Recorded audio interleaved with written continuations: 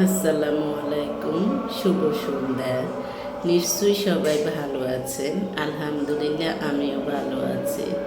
আজকে আমি আপনাদের সাথে আলোচনা করব একটি বিষয়, যে বিষয়টি দেখা যায় যে কম বেশি আমরা সকলেই জানি, কিন্তু দেখা যায় যে আমরা এটাকে সংজ্ঞায়িত করতে পারি না। সংজ্ঞায়িত বলতে কি, যেমন মানুষ, সব মানুষের হাত পা চোখ কান আছে, দেখতে মানুষের মতোই, মানুষের মুখের মতো, কিন্তু কোনটা মুখ কোনটা মুখোশ তা কিন্তু চেনা বড় মুশকিল। কারণ দেখা যায় যে কিছু মানুষ আছে আপনার সাথে লৌকিকতা, অর্থাৎ দেখা যায় যে আপনার সাথে সুন্দর সুন্দর কথা বলবে, কিন্তু তাদের অন্তরে থাকে আরেক রকম। অন্তরে যেটা থাকে সেটাকেই বলা হয় মুখোশ, কারণ সেটা সহজে ধরা পড়ে না, সেটা খুব এক্সপেরিয়েন্স সম্পন্ন মানুষ ধরতে পারে। তাই বুঝে শুনে মানুষের সাথে সম্পর্ক রক্ষা করুন, বুঝে শুনে মানুষের সাথে গল্প করুন। তারপর মানুষের চেহারা। হ্যাঁ, আমরা জানি যে মানুষের চেহারা, প্রত্যেকটা মানুষের চেহারা বাহ্যিকভাবে যেটা সেটা, বা দেখা যায় যে মুখে যেটা বলে, দেখা যায় যে কেউ কর্কশ, কেউ নরম স্বভাবের, কেউ আবার দেখা যায় যে আরেক রকম, যেটা ফুটে ওঠে সেটা আসলে কিন্তু তা নয়।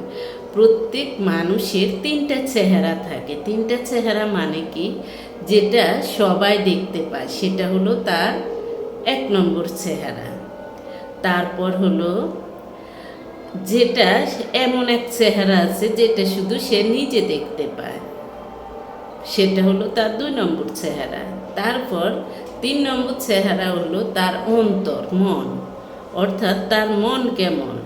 দেখা যায় যে অনেক মানুষ মনে আছে একরকম, বাহিরে আরেক রকম ব্যবহার করে, আরেক রকম আচার আচরণ করে, বাহিরে আরেক, যে অরিজিনাল যে চেহারাটা সেটা আমাদের সৃষ্টিকর্তাই দেখে। প্রত্যেকটা মানুষের ক্ষেত্রে এটা সৃষ্টিকর্তাই দেখে।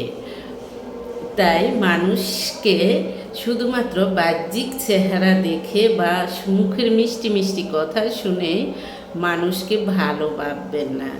প্রত্যেকটা মানুষের 3টা চেহারা থাকে এবং প্রত্যেকটা মুখের 2টা ফেস থাকে। সেখানে কোনটা মুখ কোনটা মুখোশ আপনি আমি চেনা বড়ই মুশকিল। তাই ভেবে চিনতে, দেখে শুনে, হিসেব করে মানুষের সাথে গল্প করবেন, সম্পর্ক রাখবেন, সম্পর্ক রক্ষা করবেন, আত্মীয়তা করবেন। আল্লাহ হাফেজ। আসসালামু আলাইকুম।